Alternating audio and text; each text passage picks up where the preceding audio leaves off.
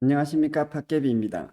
이 영상에서는 성균관대 논술 문제를 해설을 해드리겠습니다. 제일 먼저 굉장히 사소한 이야기들 몇 가지를 설명을 드리겠습니다.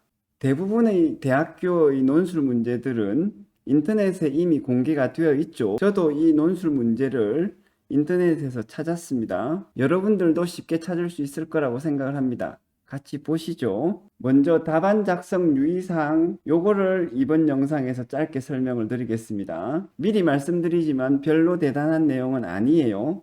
먼저 시험 시간은 100분이며 100분 1시간 40분 되겠습니다. 짧다면 짧고 길다면 긴데 글 쓰는데 시간이 좀 걸려서 실제로 시험에 들어가면 학생들이 조금 빠듯하게 느끼는 학생들이 있습니다. 특히 생각할 여유가 조금 부족한 경우가 있는 것 같아요.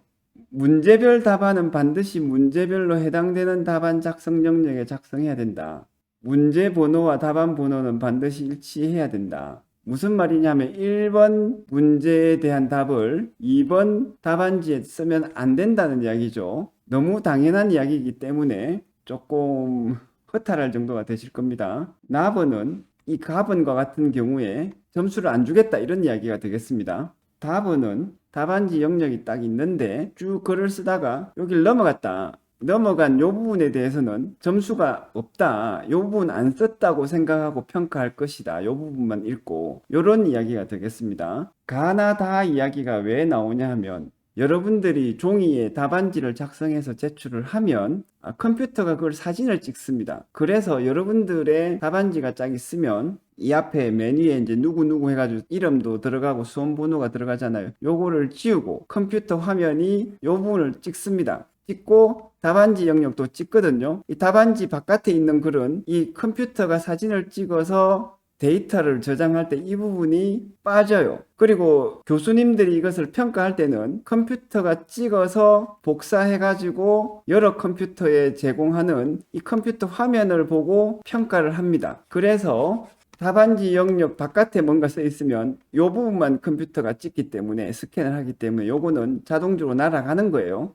그 점을 이해하시면 편리한 점이 있겠습니다. 답안 작성 영역에 인적 사항을 기재하면 안 된다. 이거 기재하면 이 학생을 아는 사람이 평가할 때 가산점을 주거나 해서 부정행위 논란이 있을 수 있습니다. 그냥 인적 사항이 답안지 있으면 그럴 가능성이 있다는 이유로 결격 처리된다. 이런 내용이 되겠습니다. 상식적으로 당연한 이야기겠죠. 그 다음에 흑색 필기구를 사용해야 합니다. 그래서 파란색 안 된다는 이야기죠. 빨간색도 안 되고 이거는 상식적인데 개인 취향에 따라서 다른 색을 사용하는 학생들이 있을 수가 있습니다. 이런 학생들은 논술 공부를 할 때 흑색 필기구를 사용하는 연습을 그냥 습관을 단기적으로 잠시 붙이는 게 낫겠습니다. 이게 왜 그러냐면 역시 컴퓨터로 답안지를 스캔을 해서 전송을 하는 과정에서 다른 색 필기구의 경우에 잘 스캔이 안 되는 문제가 있을 수가 있고 여기에 대해서 이제 학교 측에서 문제의 소지를 두지 않기 위해서 이런 단서를 붙이는 것 같아요. 뭐 대단한 건 아니니까 왜 이래야 되느냐 뭐 너무 고민하실 필요는 없겠죠.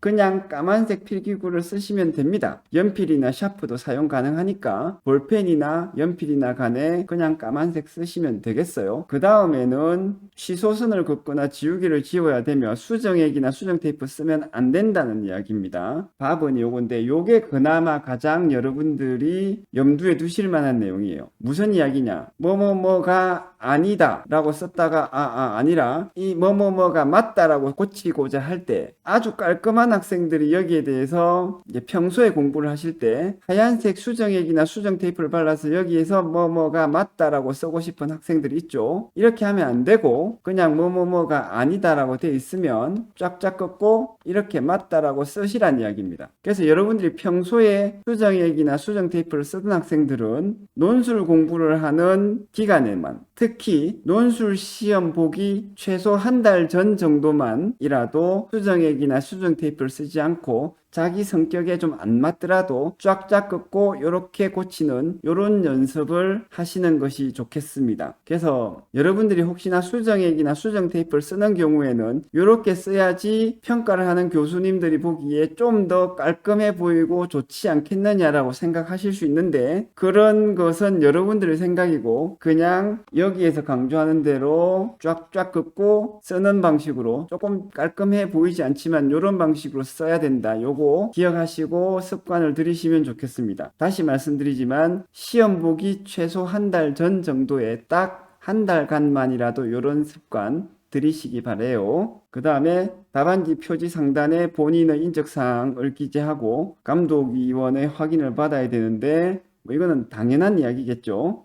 답안 작성 유의사항에 대해서 간단하게 살펴봤습니다. 뭐 대단한 내용은 아닌데 그래도 이런 거라도 한 번씩 보시고 익숙해지면 논술 시험을 보실 때 마음이 편안할 거고, 그러면 생각이 조금 더 유연하게 잘 될 거라고 생각을 합니다. 자, 다음 영상에서부터는 또 구체적으로 논술 문제의 내용을 들여다보겠습니다. 마치겠습니다.